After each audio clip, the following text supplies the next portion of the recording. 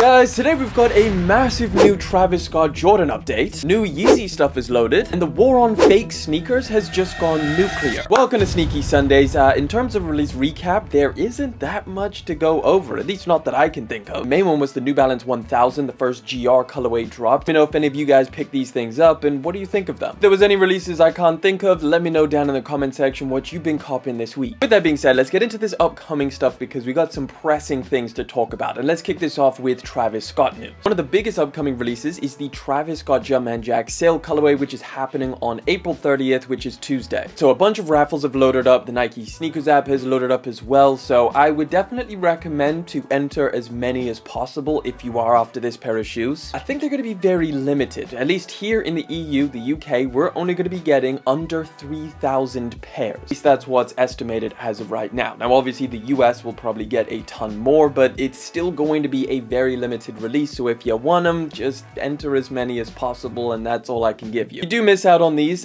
good news, because the second colorway is dropping very soon, like any day now. The other day, Travis Scott's website just loaded up a password page with the word saying soon, which is indicative of a release that is going to be happening right around the corner. Now everybody thought that this was going to happen on the same day, I believe Friday, but nothing actually dropped, so everybody's expecting that these are actually going to drop on the date that was rumored, which is May the 1st. The first is Wednesday, and that would kind of make a lot of sense. However, with the way that it's looking, I kind of anticipate that this is going to have a very similar release to the sale colorway, having a very limited release on the Travis Scott's website and then a bigger global release later down the line. Yeah, definitely be on the lookout for the Travis Scott's website, and if we get any more updates of any other retailers that are going to have these things, I'll let you guys know. Sticking with Jumpman Jacks, we just got some new looks at a brand new colorway, the Sail and White pair, and these are looking pretty good. Nothing is too crazy different about these things. They're just obviously a new colorway where it has, you know, the sail and the white. However, one big change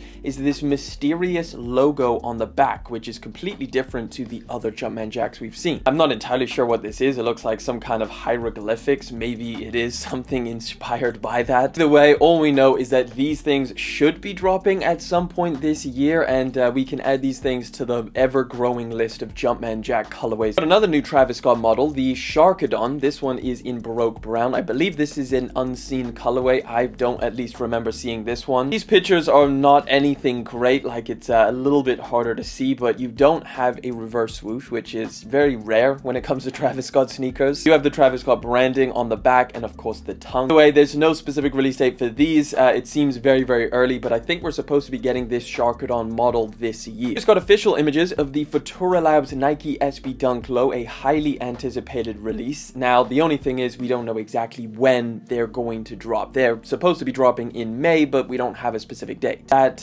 white canvas in the middle is looking a little bit more grayish than some of the other images we've seen, but it's still a very loud and bright pair of shoes, and I honestly think these are pretty cool. I'm definitely going to be after a pair whether I get them or not. Here's a little interesting one. The Bad Bunny Adidas Gazelle Indoor was supposed to drop in April. However, we haven't seen it, you know, any promo or anything like that, so a lot of people are just anticipating that these are going to be dropping in May. Now, this pair of shoes is not actually that bad. It's not really my style. Like, it falls in line with like the Adidas Samba and stuff like that. Like, I much prefer some of the campuses or forums that he's done. Nevertheless, I don't think this is bad by any means. Like, if you take a look, it's got some interesting concepts to it. Like, round the back, they put the freaking size tag and everything on the literal heel of the shoe. It's pretty different. I don't know if it's something that people really wanted or not, but it's there. If we get any more updates in terms of an actual release, I'll let you guys know. We got the first full images of the upcoming Nike SB Dunk Low Visti, or the Verdy collaboration. Now this, we're really talking about a wild, colorful pair of dunks, because these things are fluffy, they are corduroy, and they are completely pastel pinks, blues, and yellows. It's definitely an interesting pair of dunks for sure. I don't think I could pull them off. I don't think I would even bother trying. Look like there's a ton of details with this. Like, it looks like you're going to be getting a keychain with the drop.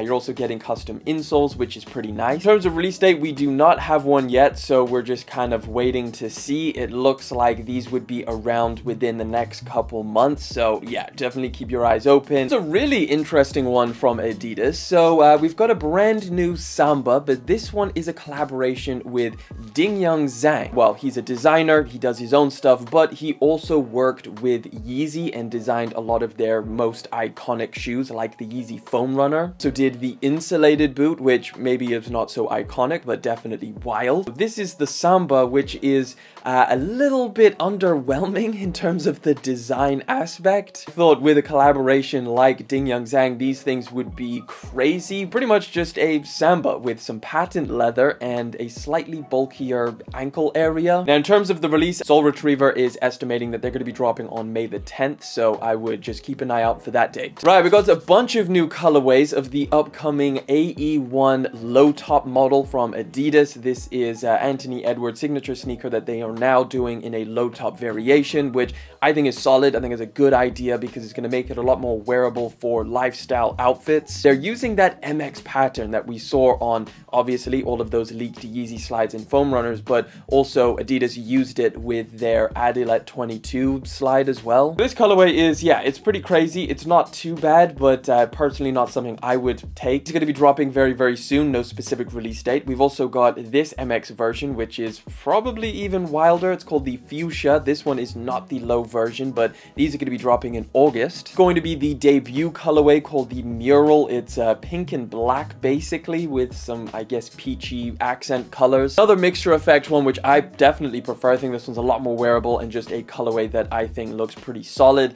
No specific release date on this, but it looks like this is an official image, so I would imagine very, very soon as well. Know what you think of the Adidas AE1? Do any of these colorways do it for you? Are you going to be trying out the lows? I know it's an extremely popular sneaker. Jordan Brand just revealed their spring 2025 lineup. I know it's a ways away, but we've got some pretty solid stuff in here. So let's just jump into some of the main ones that I picked out. First one is the Air Jordan 5 Earth colorway, and these have a very interesting mixture of different materials. Obviously, we're not entirely sure what these are going to look like. I believe this mock-up is based off of the Craft 5s that just dropped. There's going to be more black and white Air Jordan 1s that are going to be dropping in 2025. I don't know if anybody is really interested now. I feel like there's so many different black and white Air Jordan 1s for you to pick from. I think the ones that just dropped, the black and white, those are probably better than these, at least in my opinion. Either way, they're going to be dropping 2025. We've got the Cinnabar Air Jordan 1 High, which basically comes in classic color blocking, except it's suede and in this kind of orangish color. Supposed to be getting a Mocha Air Jordan 1 Low. This is actually going to be happening in 2024, so this is during the full time, closer to 2025. Jordan Brand definitely milking the brown theme. These are apparently supposed to drop in August on the 21st, so if you're liking this, then as soon as we get any actual images of what they look like, I'll let you know. The big one, however, is the Air Jordan 1 High 85 Bred colorway, which we do have a little bit of an update. They're supposed to be dropping Valentine's Day 2025. That would line up perfectly with All-Star Weekend, so I imagine this is going to be kind of the big All-Star Weekend February release. All we know is that it's supposed to be a true 85 version of the Jordan 1 High Bred. Of course, that comes with a bumped up retail price of $200, but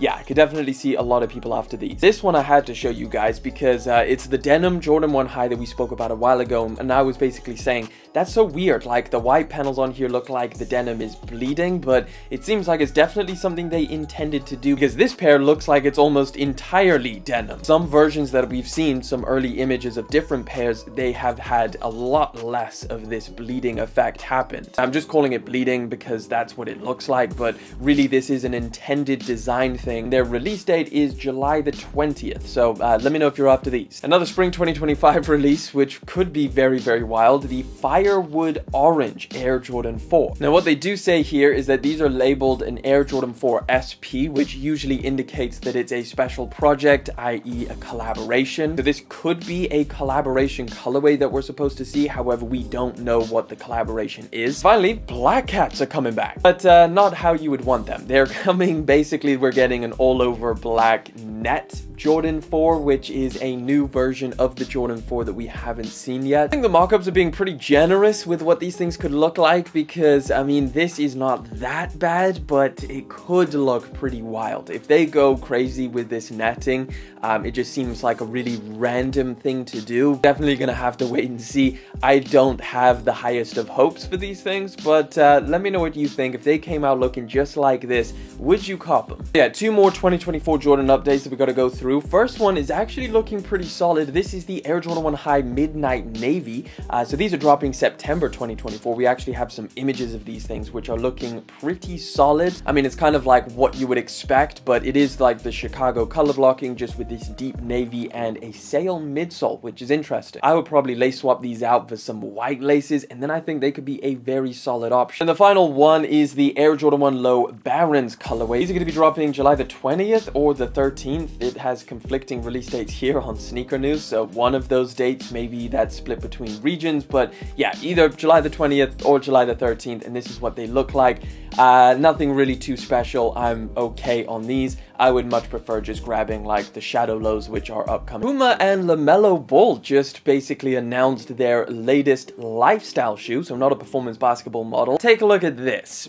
A very, very wild pair of shoes. Basically, to me, looks like it's a pair of Lamvins, whatever the hell you call them, or like an Osiris D3. So I guess they're just going the route of like the chunky retro skate shoe, kind of, but also high fashion. I'm not too sure about this patent leather. I like the outsole. These things look pretty crazy. I like that. Nevertheless, these are going to be dropping right around the corner on May the 17th, and I'd love to hear what you guys think of this pair of shoes. A little update on some Yeezy stuff. So the $20 website is, I guess what we're calling it now, has been loaded up with a bunch more stuff which you can go and take a look at. So again, everything is still $20. However, we're basically seeing this kind of form into some kind of basic site, getting a lot of unbranded clothing that you can go and pick up with similar styles to the Vulture merch, just, you know, blank. We've got a bunch of these t-shirts, which I'm actually a big fan of this style of t-shirt. Since I bought the one box tee, I really like the way that looks, so it could be a nice t-shirt to have for the summertime. So we've got 3 different colorways: cream, gray, and black. And we've also got some blank hoodies and joggers, which I assume are based off of the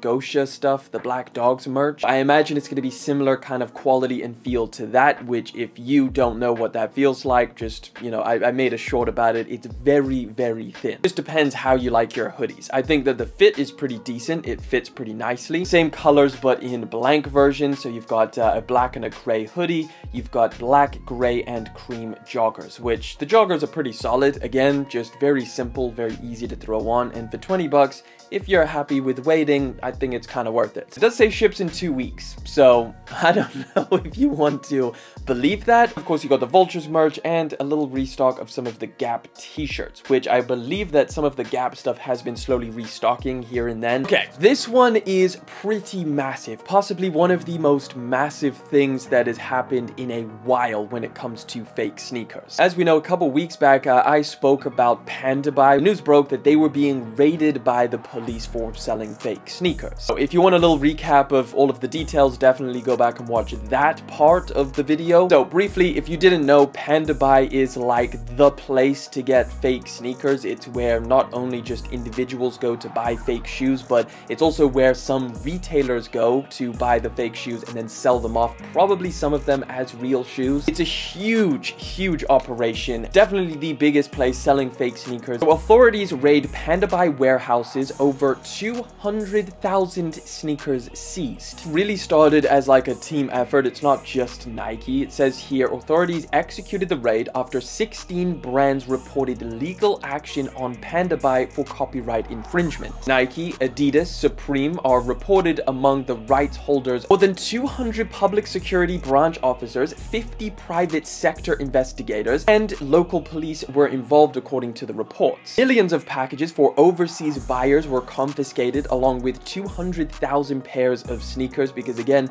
Panda Buy doesn't just sell fake sneakers, they also sell fake clothing, fake merchandise, basically anything that's hyped up or super expensive, they'll be making a knockoff of it. Just to give you an idea of how big Panda Buy actually is, it says after 6 months of diligent work, it was discovered that the infringing activities of Panda Buy extended to 5 cities in China, involving over 2,200 employees with warehouses spanning 100,000 square meters, equivalent to nearly 20 football stadiums. They really exploded in 2022 when there's like, you know, a ton of different YouTube videos or creators on TikTok talking about about Panda Buy hauls and teaching people how to do it, how to buy stuff from there, and different, you know, unboxing and stuff like that. And they talk about how like the influencers then promote discount codes, the marketing tactic which encourages young people to purchase knockoff products from their favorite brands. It's a little idea of the growth volume of Panda Buy. So this is basically a Google Trends data where it shows the search term Panda Buy versus the Nike Air Force One, which absolutely took off over here. And in 2023 alone, Panda Buy's revenue reportedly amounted to nearly